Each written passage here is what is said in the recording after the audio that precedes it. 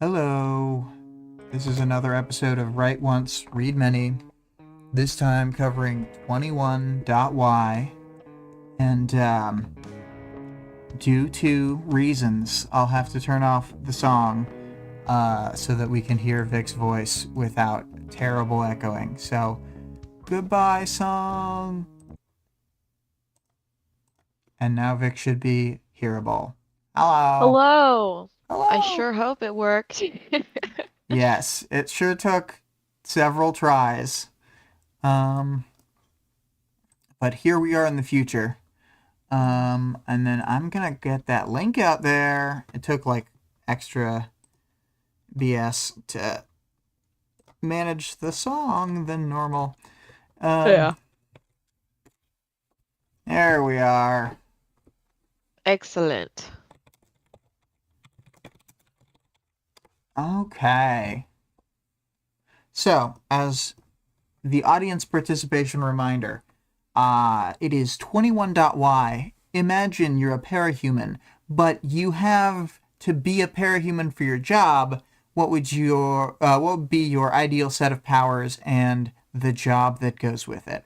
And part of the point is that you are not fighting as your job. Yeah. Yeah. Oh, No celebrity cops allowed. I am going to switch to live chat as instructed by my document. I haven't had to have that reminder in a long time, except this time we had to restart the stream like 3 times. Yeah. Phil said, "Oh, I didn't see it restarted. Did I miss much?" No, we just restarted. We You did. missed, well, I mean, you missed troubleshooting. So if you wanted to be there for that, then yes, you did. You should have FOMO, is what I'm saying. hmm You missed Vic's echoing voice. Yeah, it was pretty ominous, like Greg said, coming from cyberspace. Mm-mm. Well, I wish I was there to hear it. um. This week, uh, you missed the remix. This is the remix. The remix. So, yeah, with themes this week, I came up with self-determination or lack thereof. Kaboom. Um, Also, comparison of self to Taylor. yeah, I have got no themes because, like I said, this is I can't. Me and Parian, unfortunately for me, because I think she's boring a lot of the time, are one and the same. It's like in Sideways Stories from Wayside School. Did you ever read those? Oh, I did to a certain extent, but I don't have Okay. knowledge You of don't them have in my a, mind. I know that a yeah, you kid don't got have a an potato individual as a memory. tattoo because he wasn't sure what to get as the tattoo. I don't remember that. But in Sideways Stories from Wayside School, they do there's a fable where every lunch this girl would bring in ice cream, but after, having chocolate, strawberry, vanilla, Rocky Road, all of the good ones, she's getting tired of all the flavors that are out there. And so the teacher makes her um one ice cream for each student, and it's the flavor that they taste when they're not tasting anything.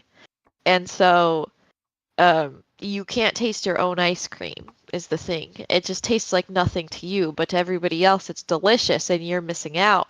And that's me and Perian's relationship. I see, I see. Yeah, so I have no themes because I don't fucking know. I guess it's she's kind of sad, She is kind of and sad. That is lonely. accurate. Yeah. That's basically it though. I'm sure there's something there. Yeah, there's gotta be, right? There's gotta be. There always is. There's gotta be something. Um, I remembered just now to return off notifications. Okay.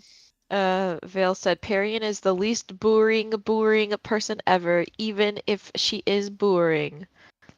Why did they all Okay, have that's two true. O's? But maybe it was how I said it. Mm, I see, I see. Ah, well, I don't think that that Saba is boring. So it's just that it's as you explained it to me earlier.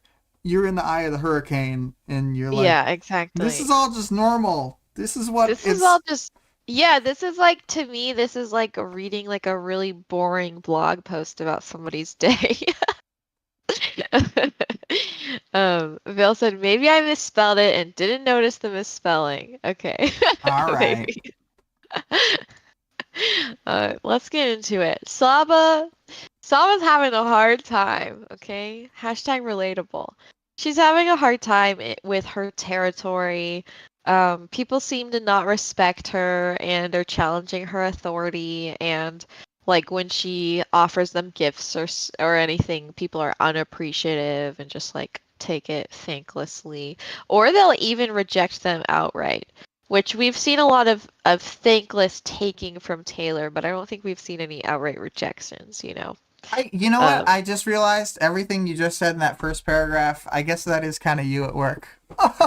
this is all this is all me, okay? This is like it's because I relate so much to Taylor and Saba is just like loser Taylor.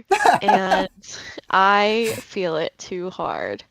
Like on the like Taylor spectrum, there's like, there's like a Venn diagram, I guess. There's like Saba, Taylor, Amy. Um, and I feel like there's less crossover. I feel like it could be like a three-way Venn diagram, right? And in the middle is me. Three-way with Amy and. Wait.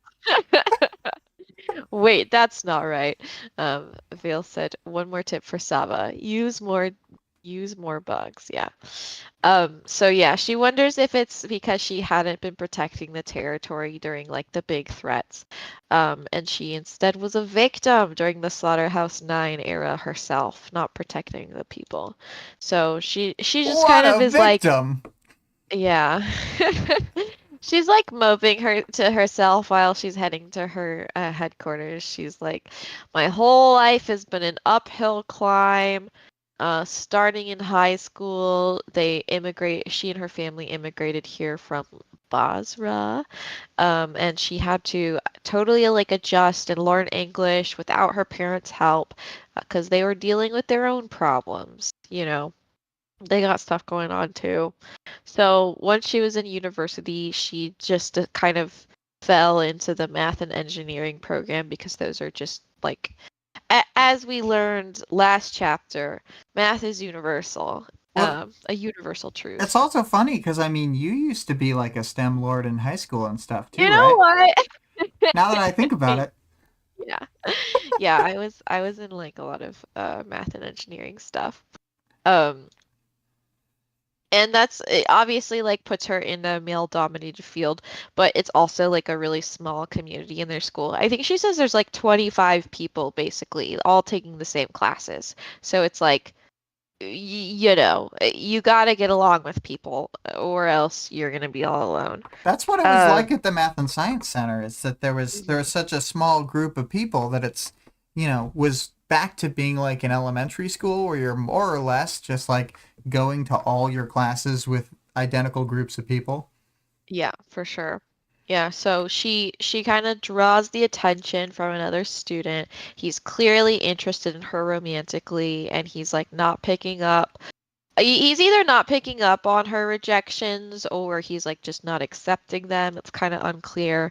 And at one point, she even told him no directly, and he kind of just bounced back after a couple days. And I pulled a quote here. She tried a harsh no, laced with all the anger and frustration she'd been feeling, and she got labeled a bitch. The other students, friends or acquaintances of hers, would-be paramour, wound up hearing and turned on her. Her schoolwork started to suffer because she didn't have the study groups, nobody willing to work with her on projects and presentations. Sad. So over like a month of isolation later, Sapa just gives in and apologizes to the guy for her attitude.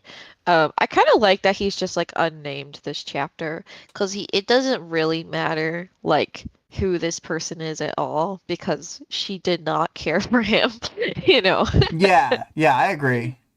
Just like some random guy, and it's like this could happen with literally anyone. So, Mhm. um, after she apologizes, he just like picks things up right where they left off, like, hey, implying that they should go out and bothering her all the time. And Saba just feels like she's even more backed into a corner now, um, because she like experienced that social isolation, and so she knows what that would be like. But also, she's like, oh, well, now if I tell him I'm not interested in men, it's gonna seem like I'm lying or manipulating or whatever. So she just like feels like it's even worse than before. He's gonna say I'm a Um, fake online lesbian, and he's not even yeah, another. Yeah. and he's not entirely wrong. No. So she ends up triggering like an overnight kind of trigger. And this does happen after her dad has a heart attack. It sounded like he passed away from it, right? Hmm, hmm.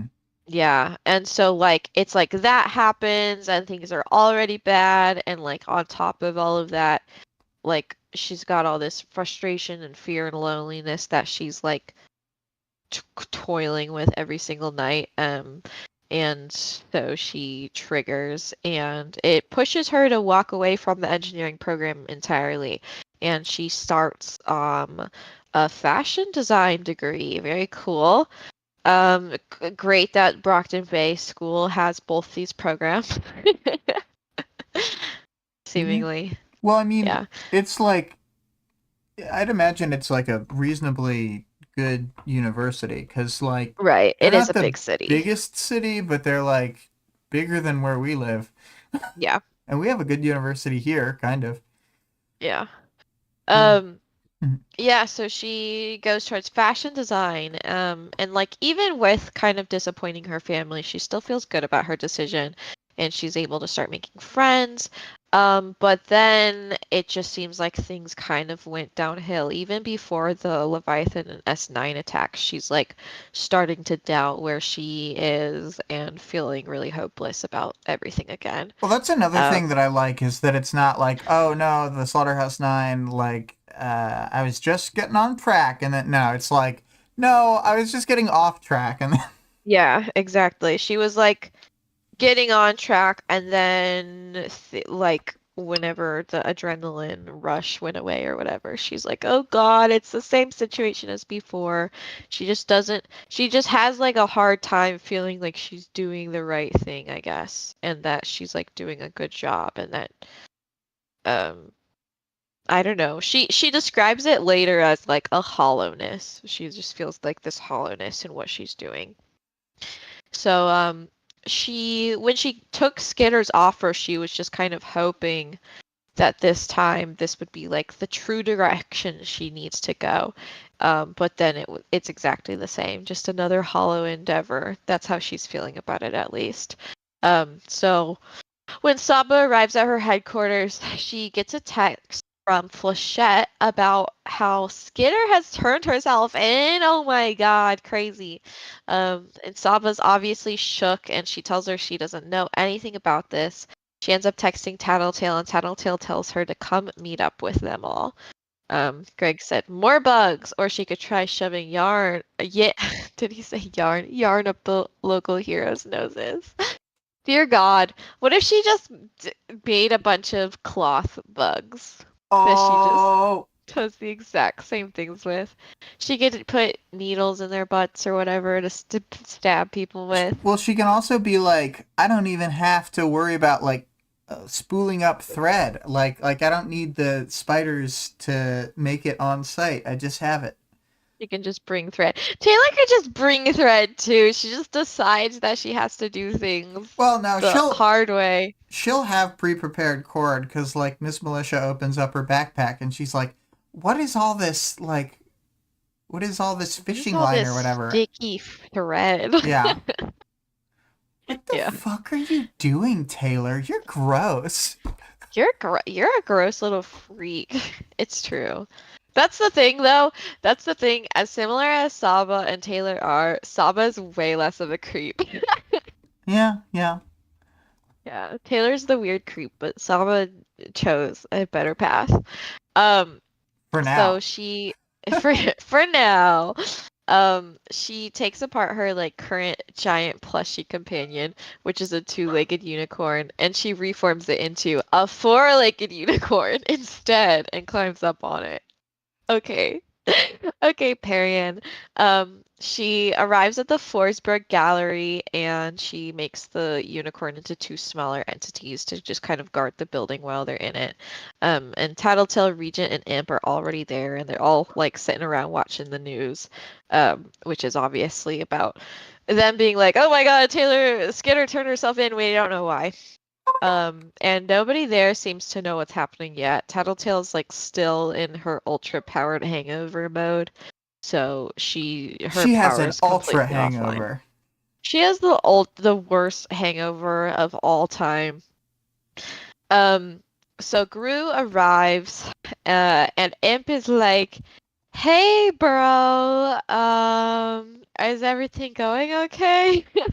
She's like trying to be. That's the thing is, I feel like Gru conceptualizes Imp still in like the way that she would like purposefully antagonize him, but she's like so over that at this point. Mm-hmm. Yeah. She's just worried about him. Mm-hmm. Um, So yeah, Gru's like, man, I should have put things together. And Tattletale dodges his question of whether she knew what was going to happen, but Regent presses, and the Tattletale finally admits that she had some sort of idea of what Taylor Maybe was up maybe to. she can like justify this like harsh I think it's like a straight up lie. This lie Yeah, I by agree. She saying did that. like, She sort of knew. well, she could be like, well, I only sort of pieced it together on my own and I wasn't sure until she came to me. But it's like, she knew all week, damn it. Yeah, yeah, for real. She could have said something all week. So they're like all arguing with each other, and Perrion's just standing there thinking about Skitter and the betrayal. And then Bitch enters the room, and Perrion kind of thinks about how hot she is and feels emasculated by her in comparison. I mean, it isn't explicit, but she's like, oh, and then Bitch came in, and my heart quickened, and she has all these muscles, and she wasn't wearing a bra. Yeah. Oh, I don't know. It was a little bit. It was a little bit much. But I have a quote here. Regent turned off the TV. Bitch stood there, turning to look at each of her teammates in turn. What? Christ, Gru muttered. Tattletale, you didn't tell her? Tell me what? Bitch asked. She glanced around. Where's Skitter?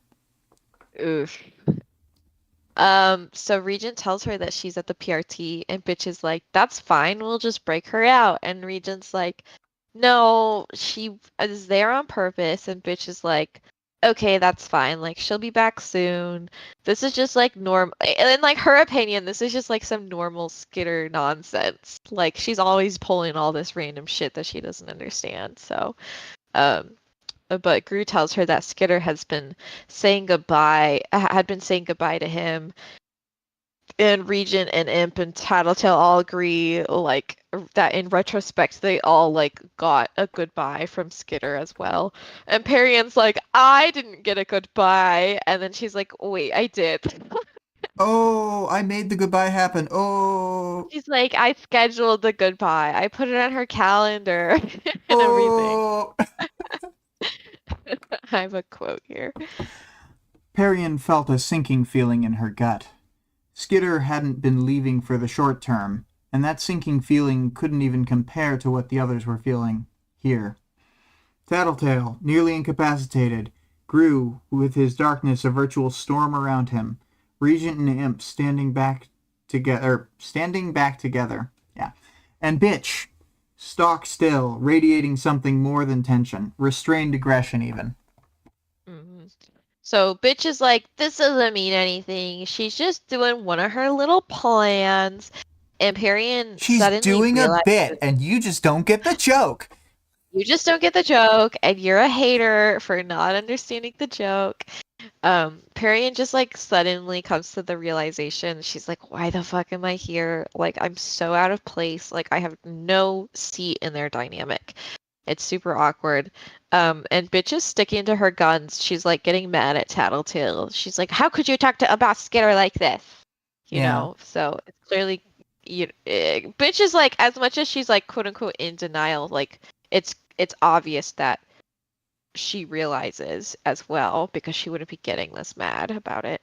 Yeah. Um. I did want to say So that Perian realizing it, when when she lists in the quote, the going through 1, 2, 3, 4, 5 people, and like already 2 of them are like an outer ring from the group. So there's like an inner ring of 3, an outer yeah, ring of 5, and she's a +1 to a group of 5. yeah, it's embarrassing. I didn't. That's why I like didn't even include her in her fucking art because it's like she's not. Yeah. She's not in the group, guys.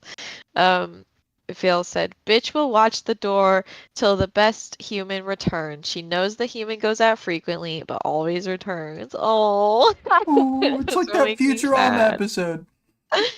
Um, yeah, so they all start kind of talking logistics, and Gru is like, "Okay, like, yeah, I'm the leader now, even though I specifically told her I wasn't ready for it, but whatever." They're gonna have to all help to absorb Skitter's territory, and they need to deal with Accord in T-4 minutes. I have a quote here. Perian couldn't help, or yeah, Perian couldn't help but feel out of her depth. The terminology had never felt so apt, feeling like she was in the water. At that one point where she realized she couldn't reach safety, the water around her face. She felt like that now, here. This is the Mhm. second time that a sentence has ended with the lone word here after a comma. And I know that Right. sometimes I read it a little stilted because of the just misreading or whatever. But whenever I go like others were feeling here, like that's just how it's written. Yeah, it is. Um, Vale said, "It is ironic that Skitter is a better fashion designer than Perian in a sense. A better fashion Oh my designer? god, because You she pre-designed all the stuff. She beat Perry into the punch. Well, she beat Perry to the punch, but that does not mean that she's a better designer. Like the fact that she didn't ask I mean, Perian did tell her that she hated her, so I understand why she didn't ask for help or whatever. But if she had like gotten some help from Perian on the costume designs, I feel like they could have been like really cool. I hate Tattletale's costume. Her her current costume. The one that Skinner It's makes. like I mean, it's fine. Like both versions of it, all versions of it. I just like I don't think the color palette looks good. It like doesn't feel it doesn't feel like it fits her power. Like it's a costume that somebody that is more battlefield ready would wear, like the skin tight. I mean, it's not, I don't know if it's necessarily skin tight, but you know what I I mean. think it Like the is. skin tight outfit and like I don't know. It just like is more it's way more costumey than the rest of the teams. Like they're wearing more normal clothes, and I feel like Skitter's works because she's like the bug girl and she looks like a creepy bug. But Tattletales doesn't make sense in the group. It bothers me. Yeah, yeah. I just Um, hadn't. I don't know why I hadn't thought about the fact that of the character, she's like, I'll never be like her. It's like also the yeah. fashion like thing. I don't know why Oh I had yeah. never connected those dots, but Oh yeah, for real. Like she Taylor like clearly didn't even think of Perian. Like she never says to herself like, "Oh, I thought about involving Perian like in the designs or whatever." No. It's like she doesn't consider her. And I think it makes like their dynamic worse because if Taylor made more of an effort to include Perian, I don't think that Perian would be in the most emotional state that she is right now. yeah, maybe. Yeah. I think that there There was was a an initial really attempt. there was an initial attempt, and then Tattletale makes an attempt, but the When she gap when outs they her. yeah, the gap when they had the most time was the off-screen gap between 19 and 20. But I think that she she wanted the distance at that point, and the time that she wanted to be brought in was at the start of 21, and Mhm. by then it was too late because Taylor was only there for like a week. Mhm. Yeah. Yeah. I get it. I get it. But also, I don't know. I think that if she had made more of an effort with Perry and that like she would have kind of come around. But I don't know. We'll see. Fucking Accord shows up. This like whole interaction is so annoying. He's a real accord hole here. I mean, he's like doing and like Tattletale's like being just the worst, and Perion's like, "Oh my God, why are these people acting like this?" But she doesn't actually say or do anything ever. She hasn't spoken this entire time, just so it's clear to everybody. She like came in and she was like, "Hey, what's up?" And that's the only thing that she's said so far. Um, so yeah, Accord shows up and he's like, I'm not early. Shut up, shut up, shut up. Stop talking.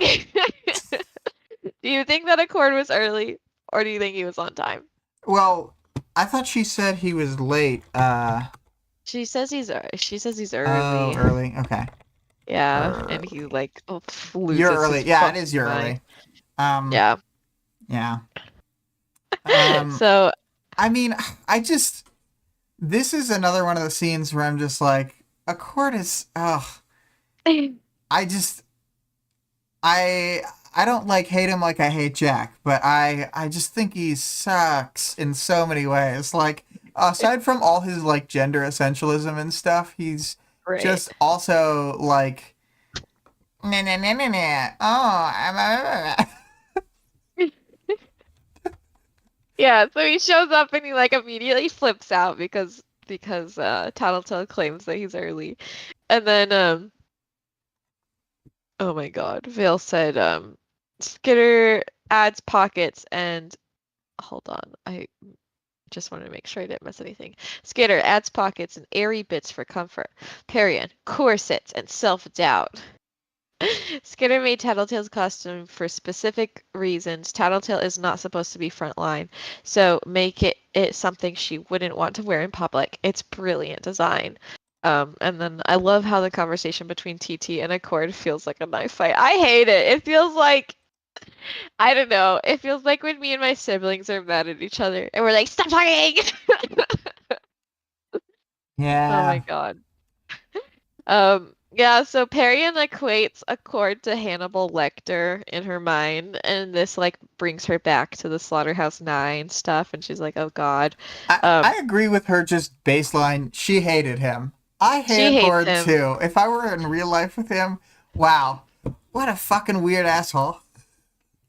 Yeah, she can't stand this guy. And she's like so like distressed by the fact that Tattletale's like not like keeping him calm or whatever. Like she's purposely poking his buttons or whatever. Hmm. But yeah, so Accord he brought all his ambassadors with him, like Citrine and Othello or whatever, but also like the 5 new ones. Um, which is like clear that he kind of came to Rumble, and Tattletale's already pissing him off. And yeah, he showed up with his entire team for a reason, but she does apologize for her bad manners. And I have a quote here. I just gotta say to Vale's comment, who says Accord is a super powered project manager. Who would hate a project manager? I gotta say, that's like a diss to all the project managers out there. I feel like associating them all, we've tarred them by. I mean, I think Vale's implication is that he hates project managers, but to be honest, I like project managers. That's what I'm saying. It feels like a slander because I think of when I think project managers, I think of like Kevin and Angie. Um, Yeah, I And think whenever of they don't use a people. project manager at work, I'm like, what the fuck are you doing? That's the thing. That's the thing. Is as annoying as it is to get a meeting invite that and the meeting invite is in preparation for a meeting invite to a meeting invite. I hate when people don't use project managers, so I will deal with all of it. Yeah. Yeah. Yeah, so yeah, read this stupid Yes. quote here. So it's this one, yeah? Yeah. Okay. Did you know of this scheme? Sorry. Did you know of this scheme? Of course, Tattletale said. Do you think we're crazy? Everything's golden. Golden, Accord said. Copacetic. Peachy keen. Tattletale was very funny here. Oh, It's really funny I to just me because there's like quirks of Tattletale's speech where she'll say something like everything's golden and like she says that in Ward and everyone's like weird about it because of like things that have happened, but it's just like that's right. just how she talks, baby. That's just how she says it. Okay. Everything's peachy keen. So Tattletale's like, we don't have to tell you guys shit. Like, why would we owe this information to you? And I do totally agree with her. But he can submit a formal complaint if he likes.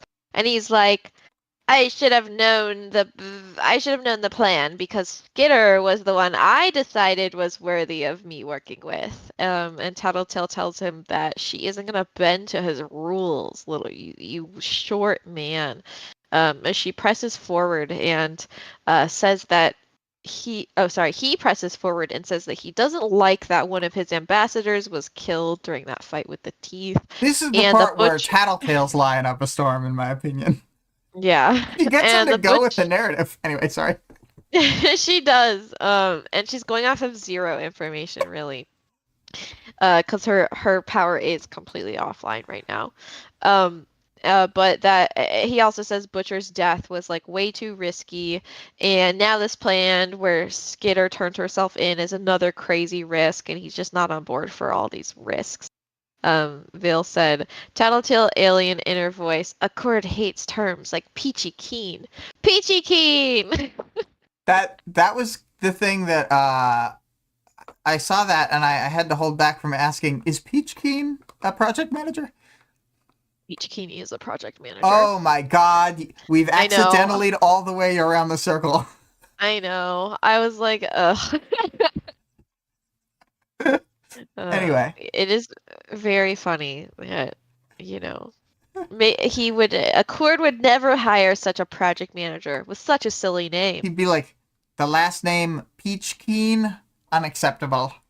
And then slit his throat. Yeah. So Tattletale reminds Accord again that they are not partners and they do not owe him shit. They're supervillains, and he is renting space from them. And Tattletale tells him he's free to use the escape clause, and Accord is like, or I can kill you all. And Tattletale is like, or you can take my offer.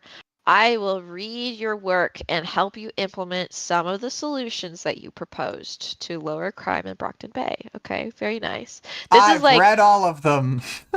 yeah, she like says I read him and I really liked them, but she didn't actually read them. It is also funny though because it's like that's all it takes because nobody will read Accord's shit, Well, to and me, so it's the like, funniest part is like she more or less wins this conversation wholesale. Like there's almost no downside to what happens in this conversation for her. right. And she's approaching him without the power, lying, saying she knows stuff, banking on stuff, and he's just Mhm. like duped. What a rube. Rail said villains helping lower crime plan. Step 1, do less crime. It's true. Oh God. Um, so they kind of like go back and forth on what that looks like, and continue. Tattletale's just continually pissing Accord off with bad manners, interrupting him, using language, saying peachy keen. But Accord turns to Gru and he's like, "You're a reasonable man." Um, and he says he'd like to continue working with the Undersiders. He extends his hand for a shake, which Gru accepts, and Perion's like, "Oh my god, it's a trap! It's an attack!" But she doesn't say anything because of course she doesn't. Um, It's really and he also funny. off, yeah. She's very like on edge, pretty much all the time, where she's like, "Somebody's gonna kill me!" Like fucking when Rachel comes in, she's like, "Oh my God, she's gonna kill me. She's gonna stick her dogs on me and rip my throat out." And like kind of same with Gru, but she just stands there. Yep. And that's why she's so relatable. Because me too. She just does nothing. She just does nothing. She's like, man, I guess I'm gonna die now. Too bad. It's the old Danny Phantom, guess I'll die line. Yeah, Oh my exactly. God. Yeah, so he also offers his hand to Tattletale, which he does get up and walk over to accept. And he says it'll be best if the two of them don't interact any further in the future, as he will be forced to murder her. And she lets him know that if he did, that she does have a lot of info about his involvement with Cauldron that would start circulating. So, pretty good. Much like Taylor, she's Cool. just like, I've got 10 dead man switches, actually. I started Yeah. setting up dead man switches the day I was born. Dude, the fucking dead man switch that Cherish had. Yeah. So stupid compared. Well, yeah. I was thinking of the one with where Taylor just completely wholesale lies about having a dead man switch, and it's just like not even believable, really. Yeah, she's like, and then Charlotte will go to the basement and pull a plug out of the wall. It's like a big extravagant thing. Um, Greg said, she's got nervous dog energy. Yeah, Yeah. Marion does. So, yeah, Cord and company head out. Gru's like, "What the actual fuck, Tattletale? What was that about?" Because she was like so badly behaved during that. And she says that she hasn't even read his booklet that Skitter gave to her with Accord's I plan, didn't even do the reading for class. which is crazy because Skitter told her she should read it. But okay. Skitter was like, his plans are pretty good, and Tattletale's like, nothing Accord makes can be good. But I do have a quote here. All right, so. Well, Regent said, this is fantastic. Skitter really screwed the pooch here. Bitch tensed at the idiom. We don't know what she did, Gru said, or what she's doing. There was a pause. The screwed the pooch bit is really funny. But Perion's like, maybe I do have a purpose in life, and it's to tell them what Skitter's up to. It's like so depressing. So she speaks up for the first time since getting here. And she says that she thinks that she may understand the larger strokes of what Skitter is doing. And everyone like turns and stares at her. And she kind of panics a little, but she manages to tell them that it must be a way to protect all of them, turning herself in to get Director Tag to back down, and maybe that this is a way to move herself out of the track that she's in and be able to work towards her own happiness. And I have a quote. All right, so I don't know anything more than you guys do, Perion said. But maybe she needs to make peace with her guilt and whatever. Go to jail and try to make amends with her dad? If that's part of it, can we really say no? What if it isn't part of it? Tattletale asked. What if leaving us is the last thing she wants to do, but she's doing it anyways? Okay, Tattletale. I think But Tattletale's closer to right. I mean, it's also yeah, I mean, I think they're both right. Yeah, I think they're It is both the right. I last think thing that that she wants, but that also, I mean, Taylor, I feel like she's like following Dinah's instructions, and so it isn't really that she's necessarily moving towards happiness, but I do think that that is involved, where it's like Director Tag like threatened her dad, and then she's just been kind of like he's been on her mind, and like you know what I mean. How is she gonna repair that relationship with him? So I think this is moving towards that, and I think that would make her genuinely happy. Like Brian says after this scene where they're like, "Oh, but like, ha ha ha, Brian makes her happy," and he's like, "I don't though." sad. It's just like very sad and genuine that, and it's true. It's like they get into this relationship, and it's like, oh, this is what Taylor's been wanting this whole time, like whatever, and she's not happy. she has some happiness from their relationship, but like, I don't know. She's got problems. Oh, Taylor. But I don't know, even just like future knowledge forward, I don't know that she's more happy later. Yeah, no, I don't think so. But yeah, so Tattletale says the only thing she can say for sure is that they respect and trust Taylor, so they just need to trust what she's doing. And Bitch kicks down the TV and shatters it. And she and Gru both agree that if they hurt her, they will destroy the PRT. And Tattletale says that they're all gonna wait till sunset, and if they don't get a signal from her by then, they will act. Dun dun dun. Mm-hmm. So, with all that done with, Perian heads back to her territory. She's like feeling really down on herself, and behind and lonely and all the feelings that she always has. And when she arrives at her headquarters, Lily is there in costume. Oh. Ooh. Um, and it seems they don't really talk about it, but it seems like their relationship is a little rocky right now. Like this is not like a normal friendship interaction for sure. Um, Well, because I mean, the things we know are that like um, there was tension between them before she left the city.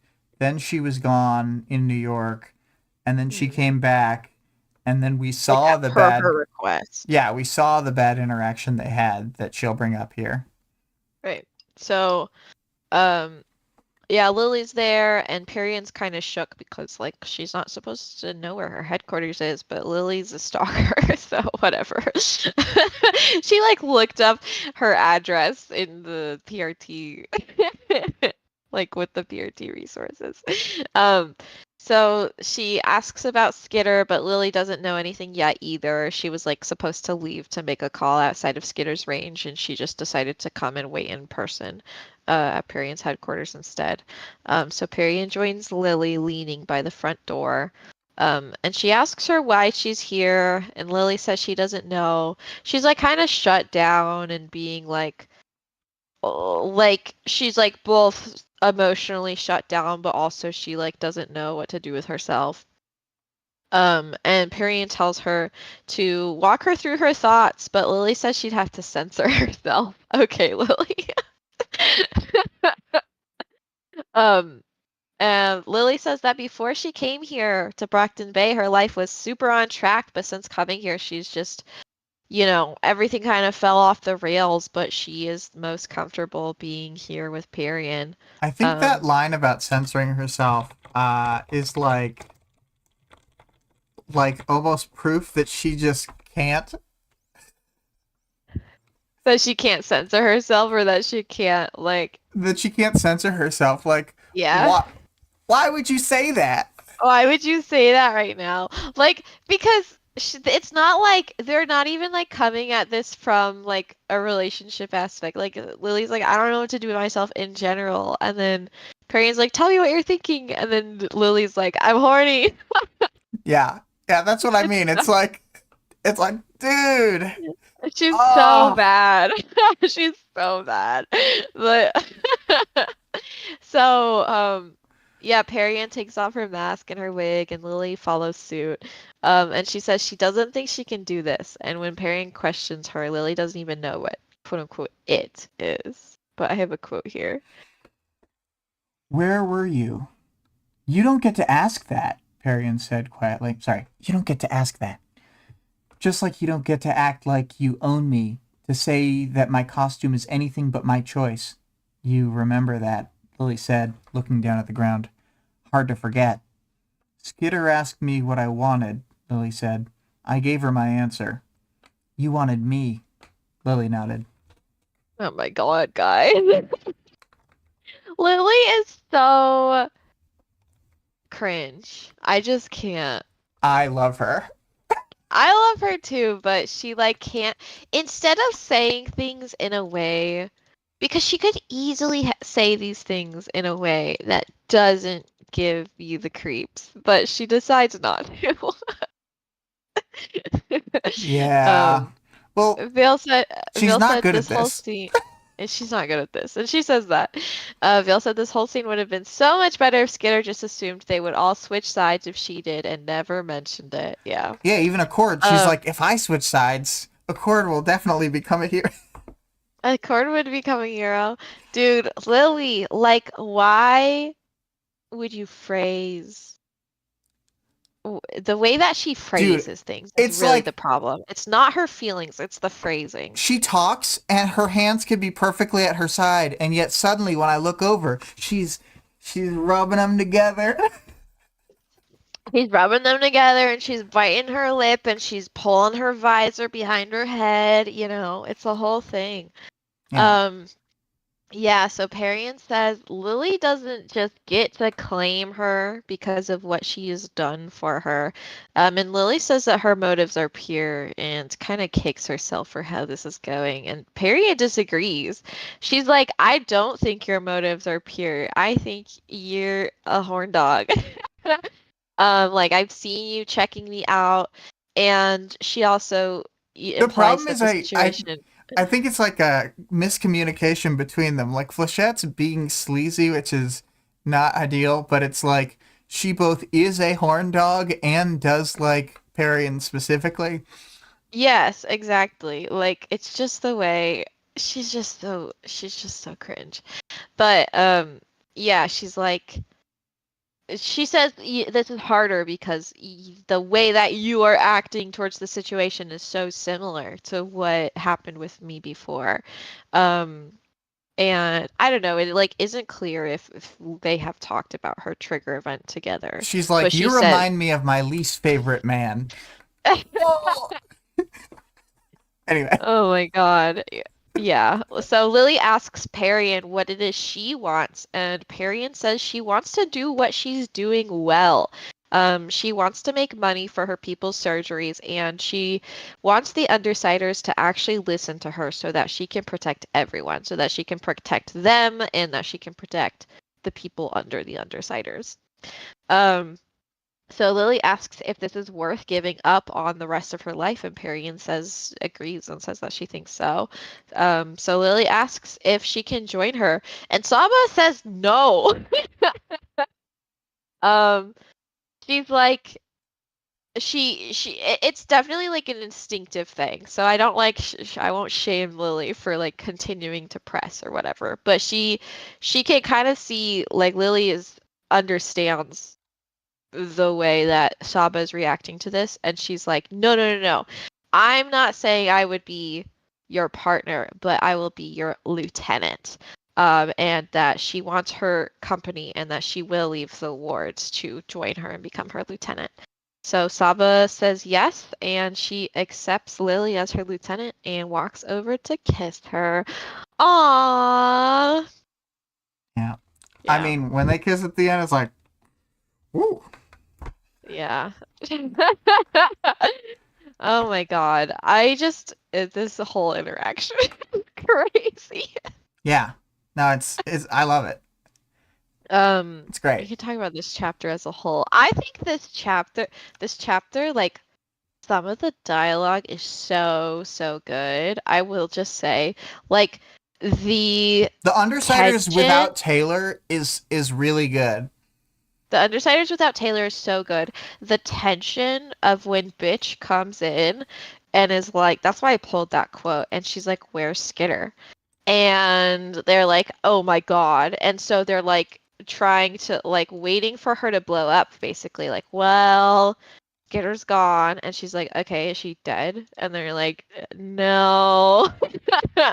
Like, I think that whole interaction is really good. And like the way that you're like, oh my God, like bitch is gonna not like you're scared of what bitch is gonna do, but you're scared of like what she's gonna do emotionally, like what the effect on her will be.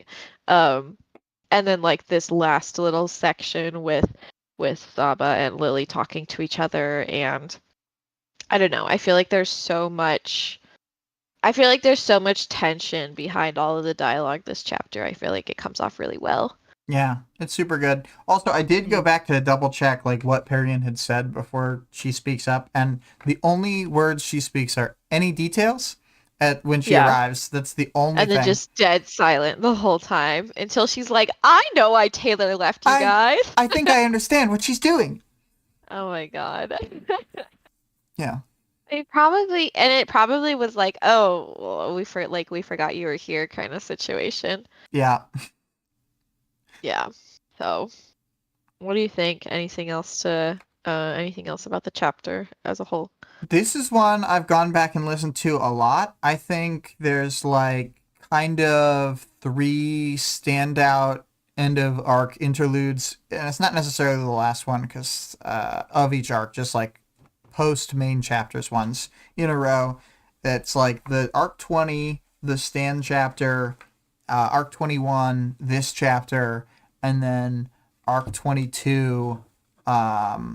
One of the interludes there, I think, are all like these like amazing bangers that I come back to and like listen to on their own.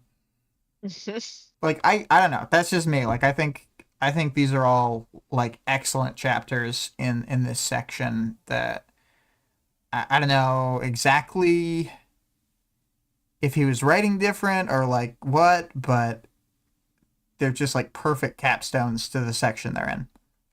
Yeah. Yeah, I think it was really good. Yeah, yeah. Um I think Do you it wanna, mhm. I have to go pee, but I see you have some stuff under the arc stuff that you can talk about while I do that. I will do that for a bit, but the last thing I wanted you to also be like, Oh. oh, so, Oh. interesting. Um, Okay, well, I'll listen. oh, well, no, okay, you're, got it. So, the first bit I had said that I had written here was more or less what I had just said about this capping off the arc and being like really excellent at that. The other bit is I had actually talked about the word imago itself, which is there's the main definition, which is the obvious one, is an adult insect. Typically, it indicates when an insect is sexually mature, and if it's a winged insect, this is the only stage in which their wings are functional. Although I did see, fun fact, there is a single order of insects that includes the mayfly, which has a winged stage before imago called subimago, when they can use their wings already. Pretty cool. Oh my word, Vale has to go to dinner. Bye, Vale. You'll hear me saying this later, probably. Um and but I thought more interestingly than the obvious bit about the insect life cycle is that when I was looking up the word, it's the Latin word for image, and the second definition is an idealized mental image of the self or another person. So, Oh. exactly. Glad you were here to say that. Um, so, it's like when I was looking at it, I think that like plural of imago in some forms is like uh, imagines or something like that. I don't know how Latin pronunciations happen, but I'm just gonna assume they're like Spanish ones. Um, I don't know. It was just like uh, it was weird to realize that all of these words around bug adulthood also have to do with like the view of the self. It's just like, huh, Yeah, hmm. that's cool. Pretty cool. How did you feel about the arc overall? Um, I let me just review like This is one that I don't my often arcs go 'cause back that to kind of helps listen me. to on its own. Like this chapter I do, but this arc I don't. Right. I'll listen to the arc in like a full read through, but sometimes I'll like listen to 20 and also listen to 22, Mm-hmm. um, but none of the other arcs. Yeah. I mean, I think it's like a really like nice clean arc where you like well once you understand what's happening like that Taylor's turning herself in or whatever, you're like, oh, You know what I mean? Yeah. And so it kind of is like self-contained in that kind of way where it's just completely this transitional period. Um, like starting with Taylor realizing what she has to do and ending with it like the aftermath of making that decision and stuff. Um, yeah, I mean, I thought it was really good. Yeah. Yeah. I um I really like the scene in the graveyard where she talks to her mom. Actually, I can review the So we've got the tag scene, good Mhm. chapter, but like I'm not gonna linger on it. This scene in the graveyard, I just think is like it's great characterization for Taylor.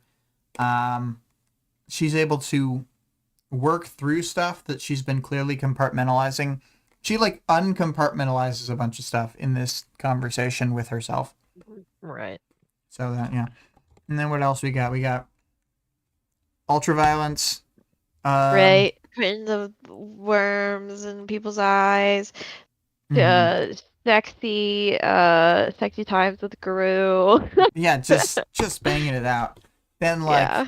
post. This is the it's they're like oh thank God we caught her in the afterglow. I mean, and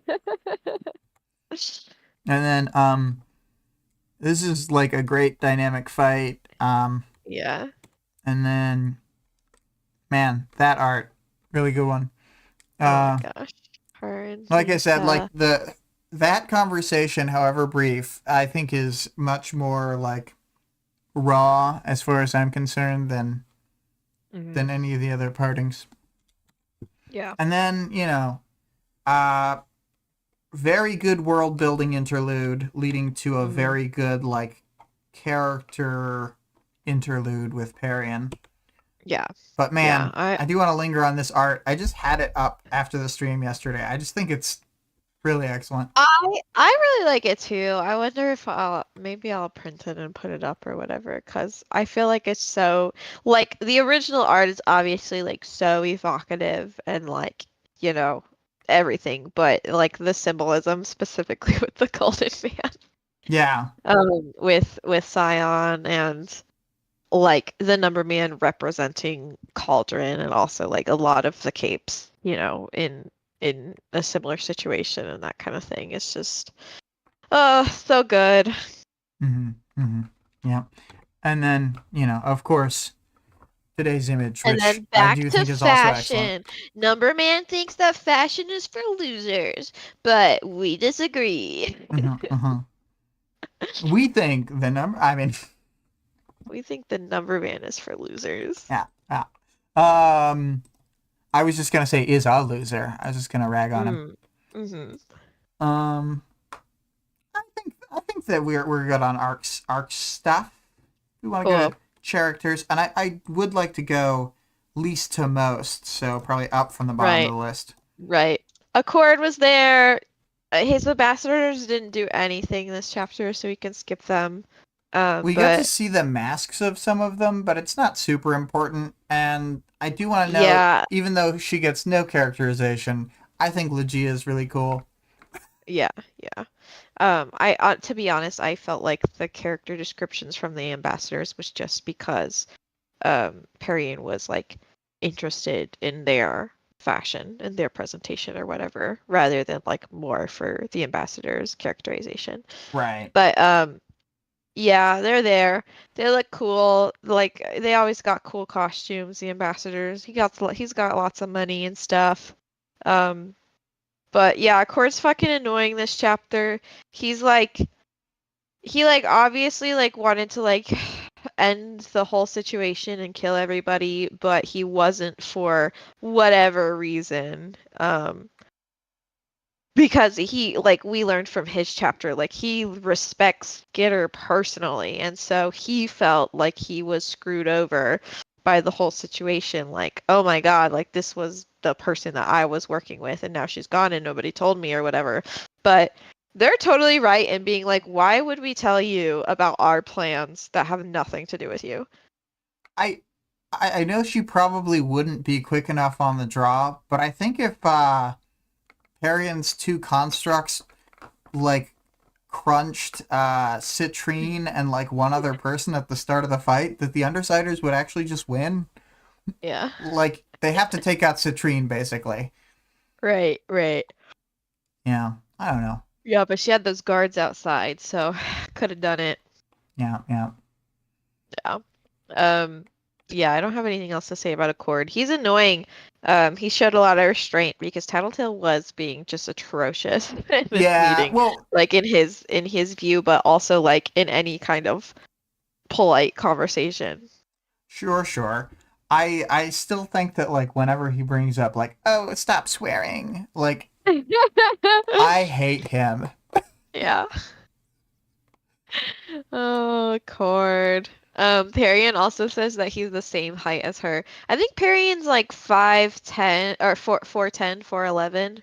Like I said, you're either really tall or really short. Yeah, she's supposed to be small.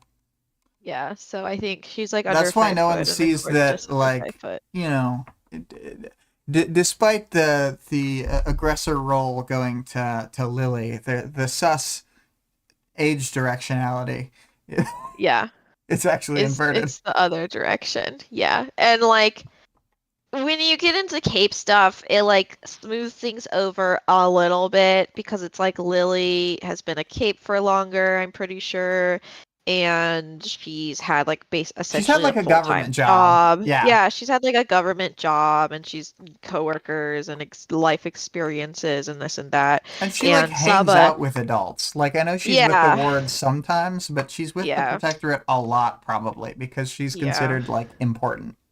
yeah. And Saba just is a college girl, so like. And not just a college girl, but But a she's college girl who specifically wasn't, sheltered yeah, because who of wasn't like fitting yeah. in and who was sheltered and was struggling socially in a lot of different ways. And So not sheltered in it's like somebody's protecting her, like just the language barrier mostly. right, right. So I won't say that that doesn't mean that there could be an issue, obviously, with an age gap relationship, but I just, I feel like it can be case by case. Yeah, yeah, all the factors at play. But it's like she thinks about that height thing a lot and how everybody thinks she's younger than whichever person. But Hmm. and Yeah. yeah.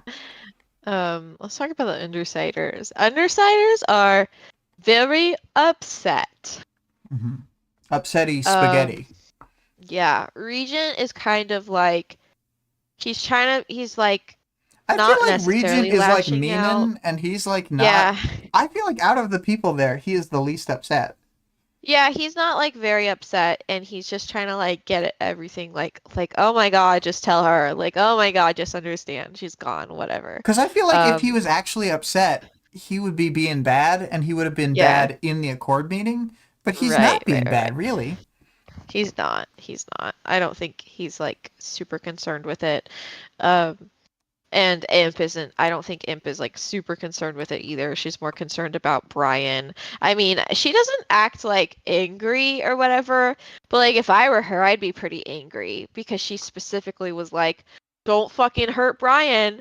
And then not only did Taylor abandon him with essentially no notice, but she put him in charge of the group when he specifically told her he wasn't equipped to do it emotionally. Yeah. So, I mean, yeah, I don't know how Well, she's feeling exactly, but she's so more just concerned about Brian. so here's the thing. I think based on Aisha's later interactions, uh, she likes Taylor more than she ever tells Taylor at any point Right. ever.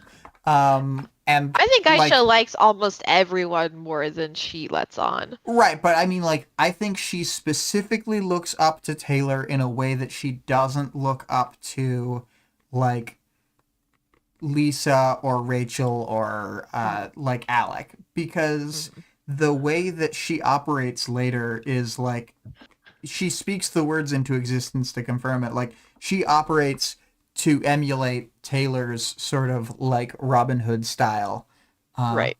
and I think that just that sort of tempers things to where she doesn't have a huge negative reaction because I think she like views Taylor very highly. Okay. Yeah, that's true. Um, I yeah, mean, she'd never admit Aisha. it. That No, no, no, no, skinny no. Of broad course not. Taylor. Of course not. Of course not. Brian. Brian's like, oh my God. I mean, he's just like, oh my God, fucking Taylor.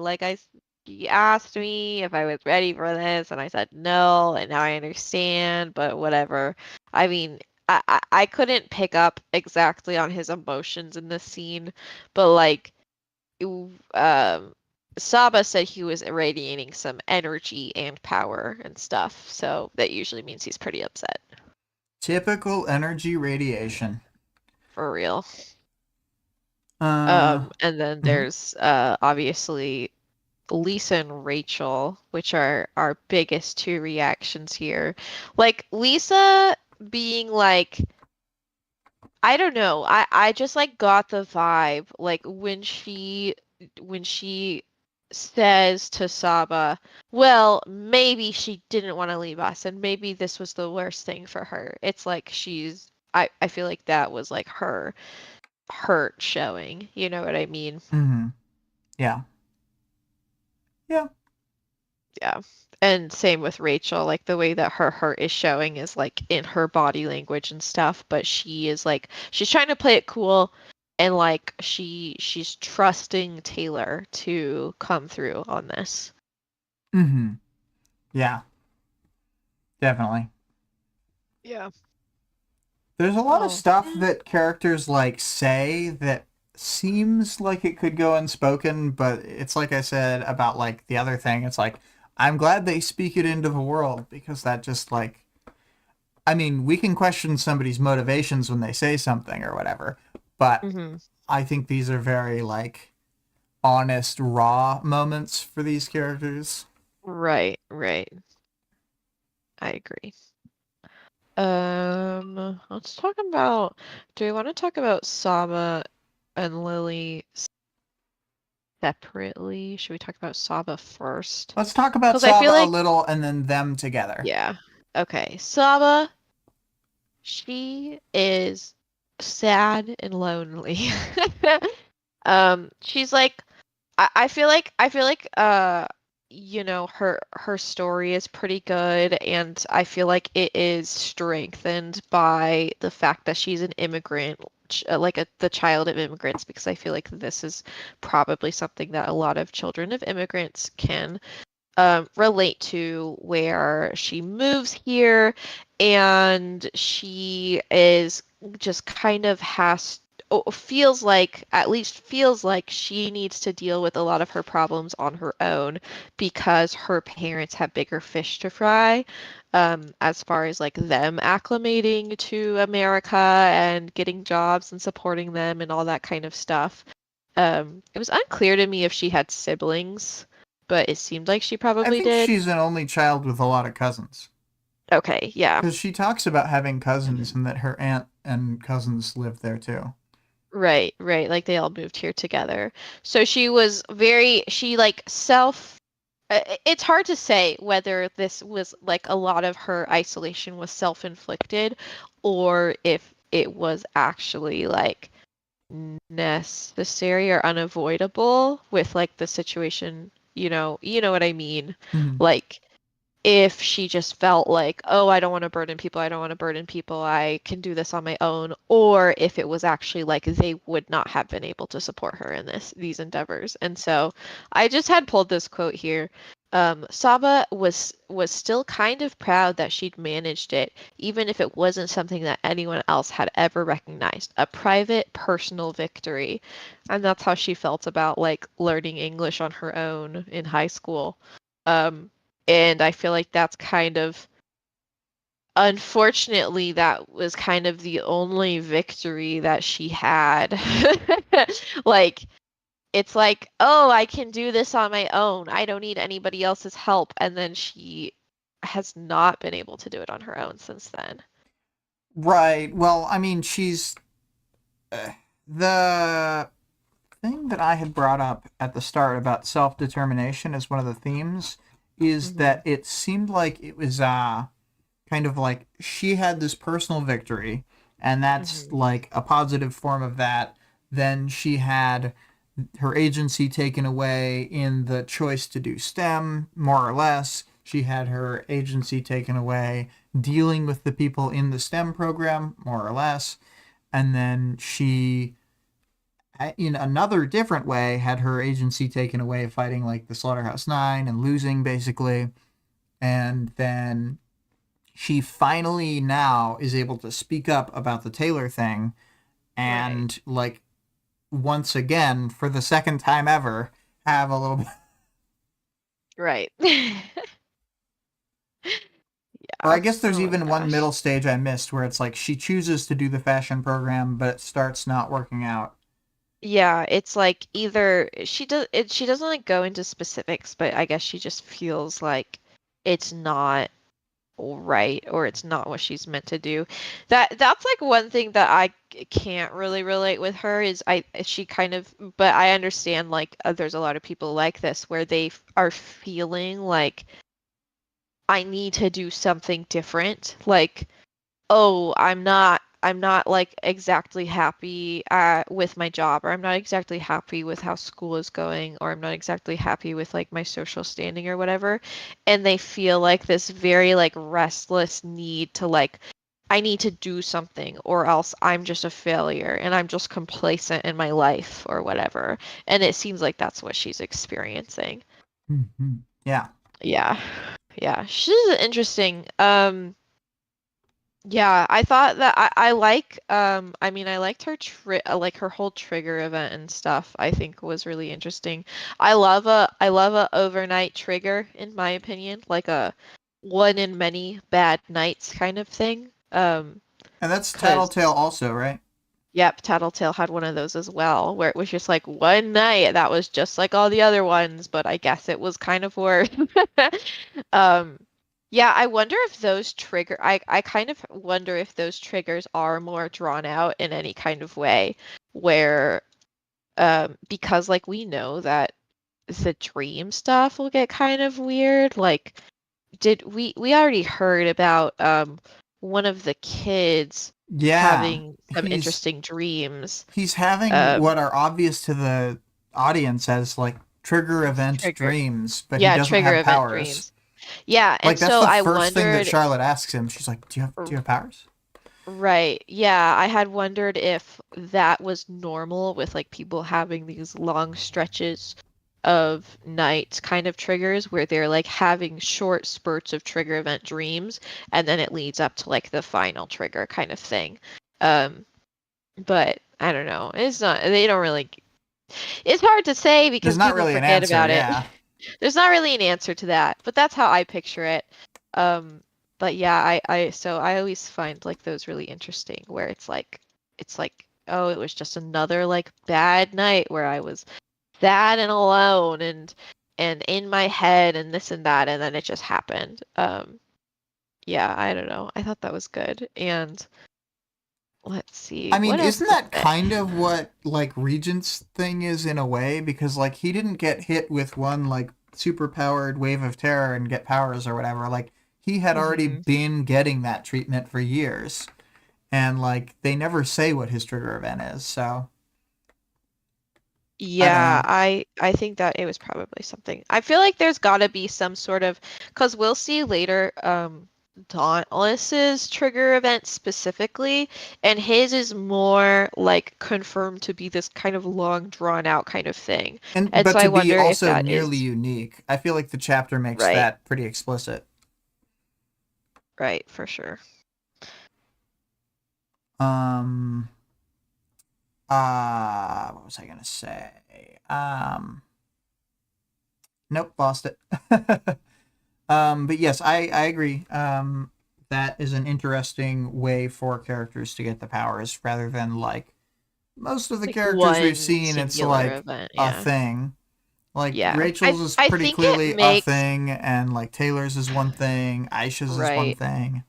I think it like adds some sort of like complexity and acknowledgement towards people who experience trauma in more of this like slow roll kind of way. Like, oh, you don't have to have experienced one big event that caused this horrible thing to happen or whatever. Like it could be a boil the frog situation. And I don't know, I feel like it's like kind of a nod to that and acknowledgement that that is how things go sometimes. Mm-hmm. And that doesn't mean that those events aren't traumatic just because it was like a really bad, like let's say it's a really bad year or something like that. Like Saba's was like seemingly like a really bad couple of months that like nothing horrible happened to her, but because of how long and drawn out and Well, didn't it? I how mean, didn't much her it dad affected die her. earlier, like Well, her from the heart dad attack? died, and she's like, it wasn't really related to that, but it certainly Yeah, didn't help. yeah. Because I mean, like, I'm not saying that it wouldn't have happened anyway, but like, Mhm. she was in a pretty low place, not having any peers, and her dad died, and Mhm. also like falling out of um I mean, she wasn't out, but she was like, I can't continue in the technology track. Right. Yeah, because people were like just totally like not willing to work with her and like socially isolating her or whatever Hmm. because of the situation. Because I mean, I don't know. Like, I can't even imagine how that would go down. But then when I imagine like that, all of her peers there were men, then I'm like, okay, I guess. Yeah. Because I've been like picturing like a class, which is usually 50% men, 50% women. But let's say there was like two other women in it, and that maybe they were like socially isolated as well or something. But yeah. What else about Saba? Saba's obsessed with Taylor. That's true. She is obsessed with Taylor in this chapter. Or maybe She all the just thinks time. about Taylor a lot. Yeah. I think that it might be all the time, but it's like because Taylor was like this big driving force that totally changed the course of her life, which like she obviously has a focus on. Like she's like, I need my life to be going in the right direction, and when I don't feel confident about that, then I feel really, really badly about myself, and so she's feeling really, really badly about herself, and it's kind of Taylor's fault. Yeah. Yeah. Yeah. Hmm. Hmm. I feel like there's more to say about their connection, but we've said so many things already. There's like even the hidden aspects, like that. Oh yeah, Taylor made Mhm. all these costumes and is also a fashion designer. Yeah. Taylor's like a legitimate artist and like does art all throughout the book and is like in denial about it. And I Like the know that it's first thing her. she's doing at the very start is drawing. Yeah, exactly. She's like, "Oh, I have this amazing art project for my fucking art class." And I'm just not really an artist. And then anytime she's drawing with bugs, she's like, "I'm not really an artist." And then she But I draws made the cheese cheese and for they could bugs. tell, and the And they could can. tell that it was cheese. Like I like always like associated her as like I know a lot of people like that too, where they are like kind of casual about like doodling or doing art or whatever, and they'll be like, "Oh, I wish that I was an artist," and it's like, "I wish I was creative and this and that," and I'm like, "You're already like, what are you talking You did the damn Um, thing. you do it all the time. I've watched you do this. But yeah, and it's like very stark compared to like Victoria and Ward because Victoria and Ward is not an artist. She does not just like randomly draw things like Taylor does. Yeah. Yeah. She I think she would want to be an artist, Yeah. but But she she's not like, she's not living that life right now. yeah. Um, but yes. Oh, Saba. I want to talk about her and Lily together. Yes. What do you think about them? I think they are a great couple with a toxic start.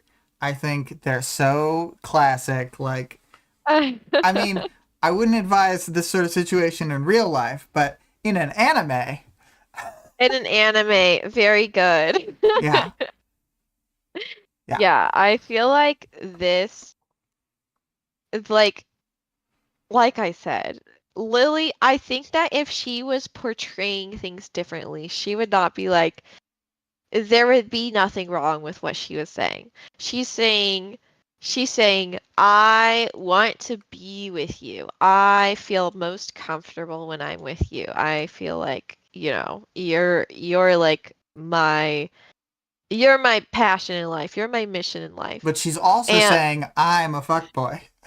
yeah, but she's also acting like a fuckboy.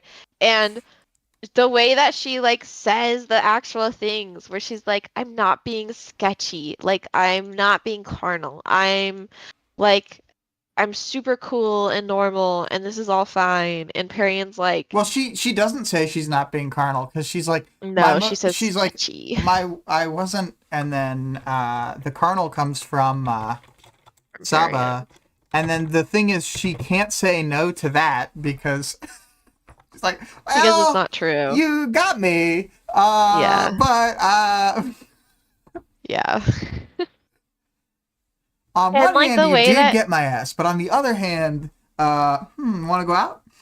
yeah, and the way that she just naturally makes Saba feel like controlled and she just like the situation just naturally makes her feel similar to the original situation that caused her to trigger because this person showed up, they were immediately obviously interested in her with no kind of like qualm about her maybe not being interested in them and provided these things that she couldn't get on her own, like provided this social interaction and help. And if she ruined this relationship, like I don't think Lily would do this, but it feels like if she ruins this relationship, she's not going to get supplies for her people. She's not going to have anybody to be friends with. She's not going to be able to get help for her family and friends.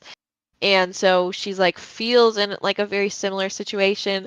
And then it doesn't help that Lily's a fuck boy and that is like clearly physically attracted to her and like can't hide it. And it like I totally get like all of the bad feelings that Sama's having about the whole dynamic um because it just feels so similar to the other situation. But what's different about the other situation is that she actually likes Lily, is that she's actually like not only likes her as a friend, but is also interested in her romantically. Yeah.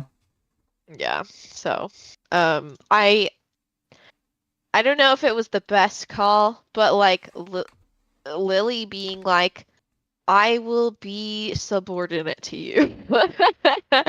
I will let you take the lead and you get to be in charge and you get to tell me what to do and I will stick by your side. Like I do think that was like if she wanted to get her, like that was the way to do it. Yeah, yeah. Yeah. I don't know how much I feel like that dynamic like comes across later on. What do you think? Mm, well, if we're talking like just Worm, it's like Mhm.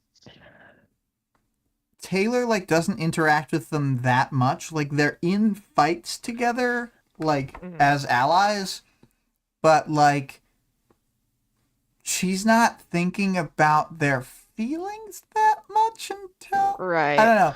It's like I think they have a at least outward facing, I think they have what seems to be a pretty like equal dynamic, but I think that Mhm. behind closed doors that it is like I think probably even when they go to the other people and are like, um, this is a thing, like maybe they say like she's my lieutenant in a cape sense, but Mhm. I don't think that they like publicly tell everybody like, yeah, she has to do everything I say. She needs to do everything I say, and she's not allowed to tell me what to do. Yeah. Yeah, I don't know. It just like comes off. I feel like it comes off when I see them later, just like their partners or whatever, which is maybe like what it more turns towards. But um, But yeah, I don't know. Like like they're kind of like on the rocks in Ward, hmm like that's a thing, and like you see the kind of, I don't know, just incongruities between them, because I think that hmm there's this thing where like it didn't come across to me as much in Worm, but when they talk about it in Ward, it felt very natural. Of like Lily never gets over working for the villains like fully. She's Right. always like uncomfortable with the Yeah, idea I that feel she's like an after undersider. this point, Perian's like fine with it, and she's like is cool doing her own thing, but Lily can't handle it. Also, Lily's power is so powerful that even though like a Barker and Biter, who are subordinates, they're not undersiders. They like kind of are, but they're not. But Lily's an hmm undersider for real, for real. hmm Yeah. Um, yeah, I think that it's a combination of like things level out between them, and also they just publicly don't acknowledge this conversation ever happened. Yeah. Like we'll just keep this secret because it was all a little bit weird. Well, that's another thing where it's like without the context of what's happening and who the people are, the just the actions seem more sus. Like the ending is the older girl says, "Okay, I'll be with you if you're fully subordinate to me, and like you do Yeah. whatever I say." There's like a Yeah. what, And like then a Lily's 4 year like, age yes. gap. And at none of this point, they're always talking about like them in costume. And then the very last scene is Saba kissing Lily, which is like I guess technically that wasn't discussed, but it was like the whole underlying thing.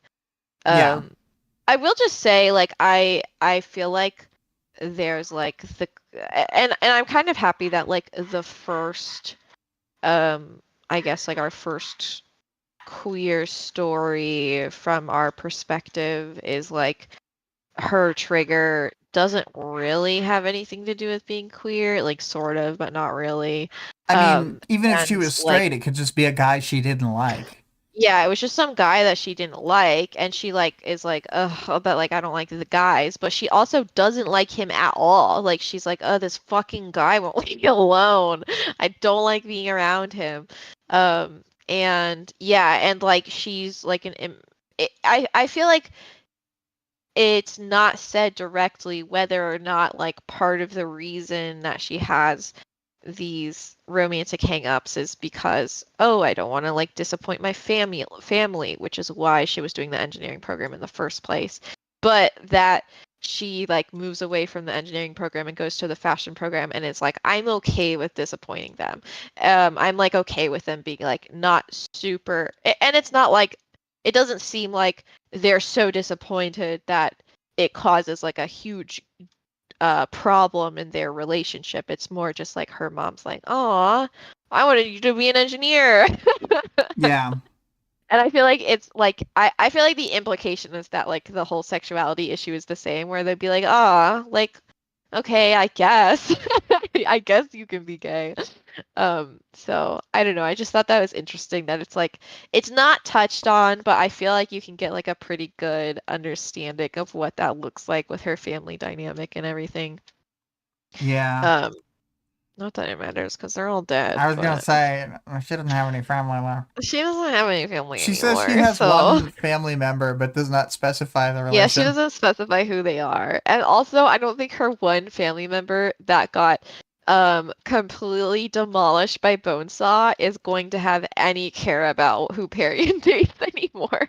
I As can't long as believe you've done this to me.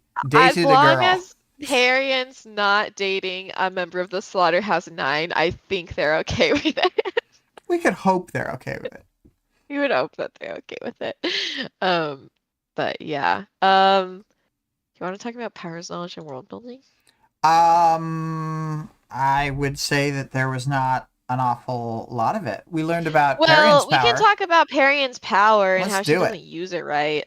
Yeah, so we were just talking right before the stream, and we came up with a bunch of things she could do with her power that are like Yeah. things she demonstrates in Worm to be capable of doing that she just Mhm. don't do. Mhm. Like when she throws all those needles across the room into Bonesaw's face, like She could she could be fly by throw wiring any, needle missiles all the time. yeah, literally any tiny object. She can stab people with needles. She can plant tripwires all over the place, which she does do tripwires like the one time. Uh, she could. I had She'll do like realized that tripwires to see when things show up, but she doesn't do like tripwires to trip people yeah, because or trap. she can do like semi-enforced tripwires since she can like do them. It's like she can tighten it or slacken it, so she can make it so that her allies could run over. Then it goes taut and like gets the person, and they totally don't see it coming.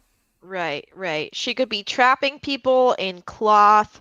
She could be trapping people Like imagine in just very, swamping someone and a bunch of like just the whole thing just falls on them. Like cloth yeah. still weighs a lot. Yeah, cloth weighs a lot. We've seen literally somebody do a cloth-based attack, a fog and oh God, what's the other one? Night throws the Night and Fog use a cloth-based attack where they throw their cloak and the cloak has little hooks in it so they can't get it off. She doesn't even need the little hooks. She can just hold it on them. And she could be jerking people around like fucking Alec does on the battlefield. She could be throwing their clothes all over the place, yeah. dude. Vic said She something could I grab never their even thought capes and of. pull them by the She can neck. just grab their clothes while they're still wearing the clothes and chuck them around. Yeah. She Yeah. has Um incredibly strong telekinesis. Yes, there's a lot of things that she can do that she is not doing because I guess she decided that this was how she was going to use her power. And when I first like read this chapter in Perion's Tower, I was like, what the hell does she think she's doing? Like she's one of the only characters who is just like specifically not using their power correctly or to even close, not even to its full capacity. She's only using one capacity of her power. Yeah, it's like Um, if Alec used his start of story power, but he never ever tripped people. He only knocked things yeah, out of people's hands. yeah. Greg said, "Oh man, she could hoist people by their own petards." Yeah, exactly. Like she could be doing all kinds of shit. Hoisted. Um, and it seems like she's like could like her creations were doing damage to Leviathan, right? And so like her telekinesis is like very like strong in a physical sense. Yeah, Um, yeah, like her, like they could stand and fight against him. the amount of people I would clothesline where like they would just be running and then I would be like, "Oop, let me just grab you by the fabric around your throat and shoulders and then just let you fucking run through it." Also, I know that she can't see through it, but she can feel She through can it. sense. And if Yeah, you she should be remember, able to. Taylor can't see through her bugs. Yes, she should be able to sense her surroundings in a very similar way that Taylor and also Kraus can, where she has like a really good idea of where God, things are on the Kraus is so battlefield. smart. Oh my god. Like sometimes when I think about his like use of power, like I bet he would be a genius with like almost every power. I there's Yeah, ones that he's he would be bad he's at, but like he has the perfect kind of personality for caping. Um, and yeah, he and Saba Taylor does not. too. Yeah. Yeah, I don't know. She definitely needs to work on her versatility because I think she could be doing like she could be so versatile. You She could could go be into a fight. Spider-Manning. I don't know why I didn't think of that until now. She could be Oh my God. Spider-Manning. Could be Spider-Manning. She could go into literally any fight and like I feel like if she designed her clothes properly, she could probably levitate herself as well and fly around. Um, yeah. Man, Parion's power is awesome. Could be awesome. The fucking agents were like, this power has to go to a loser because otherwise they'll be too dangerous. Yeah. Oh God. Oh Parian, please use your power better. Just because you have telekinesis that only works on like porous materials does not mean that you need to be sewing giant stuffed animals out of it and that's it. Well, the other thing is that's definitely true, but it is as if Taylor was like, so my only move is to put all the bugs in a ball and send the ball at them straight between me and them. It's like if Taylor realized her power and then she was like, but crabs are the most dangerous, so I'm Only only going to using use crabs. crabs. Oh man, and her new Oh outfit my is God. crabby, and she has like the clicking claws and stuff. Yes. It's armor Dude, around I her hands. I fucking was like the moment that we learned that Taylor could manipulate crabs, I was like And the fact that it frothing. never comes up I again. was frothing at the mouth, like waiting for her to use these crabs. She lives on a beach. Even if she just like was fighting someone in a restaurant and they had one of those lobster tanks and she Oh starts my lobstering the God. shit out of them. Well, Yeah. I don't know if lobsters work the same as crabs. I'll have to look that up because I know crabs, like the reason they like don't really have brains. They just have like a ton of neurons, kind of that kind of thing. You know what I mean? Hmm. Um, so I feel like that's why she can control them. Lobsters seem like maybe they have brains. I think lobsters are like okay, smart for like an animal that's in the bug category. Bill said, I finished dinner and the best international worm podcast is still going strong. I wouldn't say strong. We're right around the end. Yeah, I mean, we're at the point where we're talking about if a lobster About is too crabs and smart to control lobsters. with Yeah. Skinner's power. Oh man, the question this chapter should have been, what would you do with Parian's awesome power if you weren't a freaking loser like Parian? Because there's so many things you could do with it. I definitely would be utilizing it more on like a battlefield for sure. Just like throwing people around, tripping them up, untying their shoelaces. She could She's just untie people's shoelaces. She could all tied unbuckle together. stuff from them. Yes, she could unbuckle stuff from them, like throw off their belts, different their packs. Their utility packs, their fucking capes, their I don't know. You could do so much. With the power of her telekinesis behind it, it would be really like difficult to cut out of any bindings she put on. So she could just Hmm. like wrap people up on the battlefield willy nilly. Whale said I'd use it to never have to do laundry again. I would be I would be like a more fabric-based male Bayonetta. Okay. Well, So instead of the hair around you, she could just be Bayonetta because I'm sure she can manipulate hair in the exact same way she can manipulate you fabric. know the craziest She thing to could, me is that Bayonetta has short hair in the second game and not like uh-huh. the full thing. So that means that the rest of the hair must be body hair coming out because she Yeah, has a it's suit it's that's all definitely hair. it's definitely that. No, I'm sure she just saved her hair from the haircut, right? Well, okay, so here's the thing. When she's doing her big, like, ultimate attacks in either game, then the majority of her outfit goes away because it's being Right, used as part of the thing.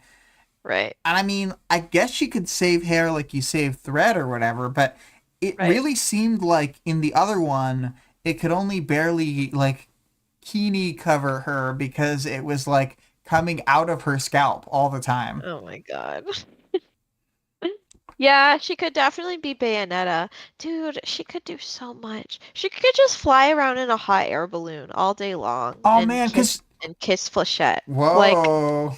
yeah, like they don't even need to be just leave the world. You float up in a hot air balloon, and then every once in a while you just like steal somebody's picnic blanket with all their food on it. Yeah, that's how you recoup the lost material over time. Yeah. Yeah. So stupid. Poparian, please get your shit together. Yeah. Um, I was wondering if we have any other world building stuff, like not Nope. powers, but No, just that. okay. Yeah, I was thinking The only other thing, I guess, interesting thing is that the next arc will start before this chapter starts, and since there's the time skip during the chapter to later in the day, then it'll be like several chapters in before we see the results of Lily leaving the PRT. Oh. Yeah, so that's kind of cool. Anyway. Oh, Vale had said the second game was made by a French studio. Oh, she could make a giant wiener dog teddy bear thing and use it to transport the team. Oh my Yeah, word. she sure could do that. Yeah. I think we're ready to move on to the audience participation question. So we only have one answer. It is by our dear friend Vale, who is leaving us again. Don't leave us before your to watch fucking, the previous material. I can't believe this. No. Okay. Vale's back. Wait. We're safe. Vale said my answer is so bad. Maybe trying to duck the reaction. Well, let's see what happens. So, as senior developer for the PRT-sponsored Clash of Capes, I'd have a thinker-tinker power that can translate, i.e. code, powers into gamified outputs with minimal effort. The hero faction members are easy to build, have them go through use of their powers while describing them to me, and I can code it.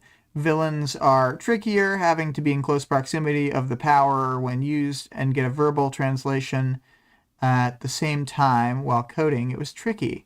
PRT leadership thought it would be easier with their solution. Note, I disagreed. That personally attending Endbringer events was perfect both for villain accuracy and to acquire what I needed for the authentic Endbringer DLC. Yeah, that's kind of funny.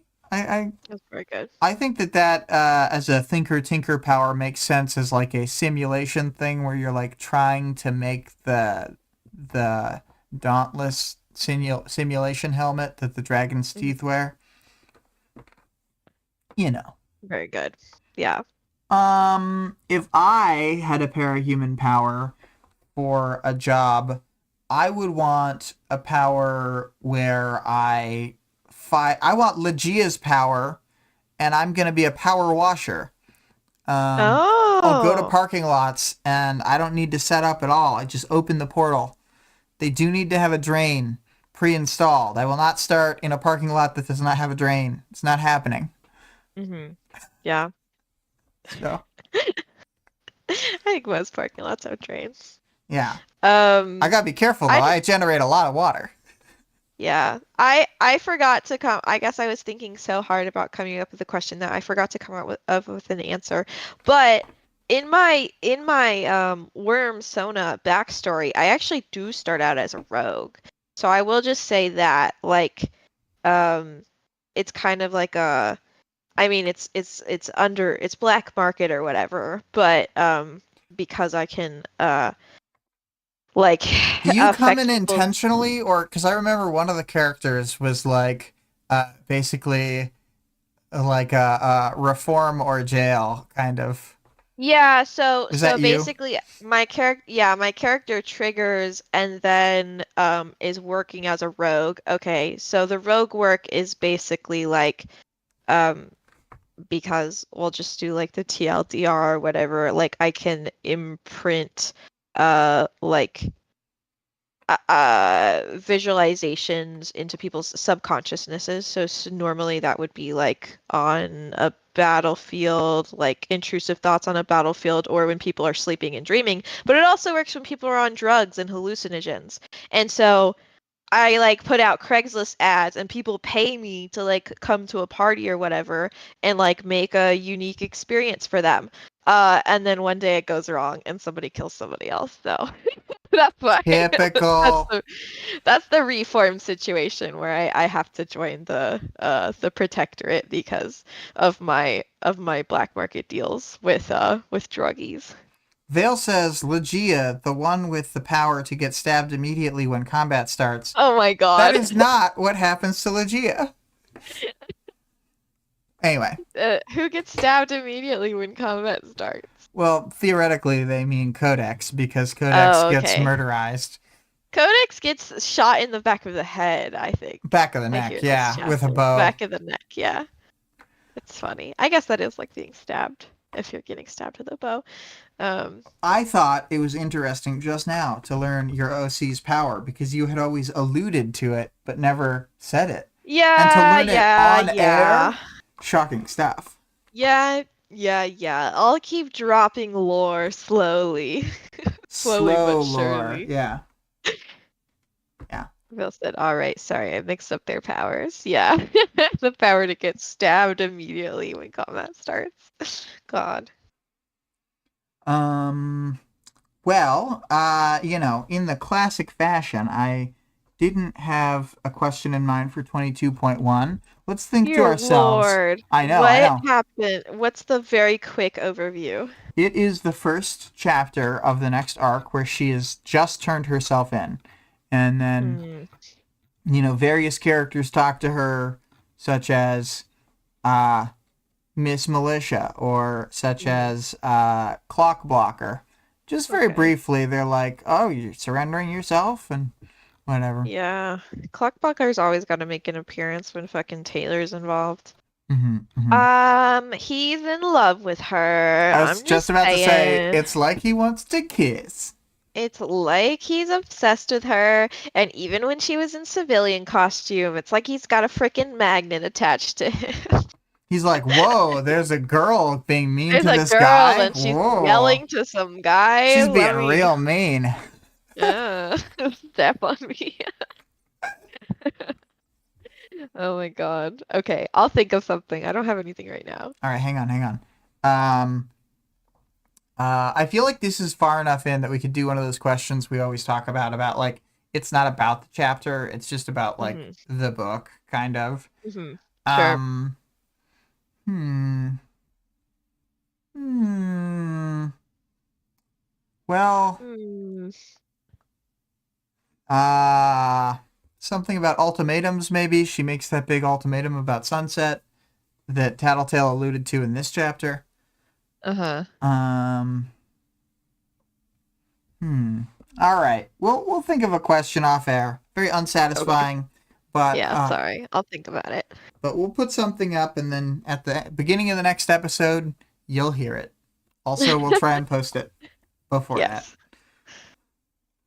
Well, just gonna briefly do the outro music because I have to swap things around so Vic is not hearable. So Okay, bye. I'll let you say goodbye one more time at the end after I turn off the outro music in a way that I find funny. You'll just go like bye in an awkward silence. Yeah. So I'll be right back for you.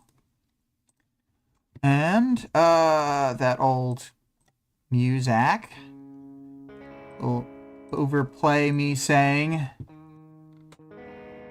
The music is Imago by Scarlett, our friend ScarlettXOX, who you can find at twitch.tv/Scarlett_Rogue. I don't know when she'll be streaming or what plans she has for the future for that, but we'll see. The Discord link can be found in the stream description as well as the server description. The author of the work being discussed can be supported on Patreon at patreon.com/Wildbow. The full text of the work is available for free online at parahumans.wordpress.com.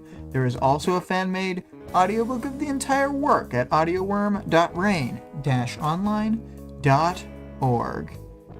And, switching back to VicCam, what do you have to say as the last word? Goodbye. Goodbye!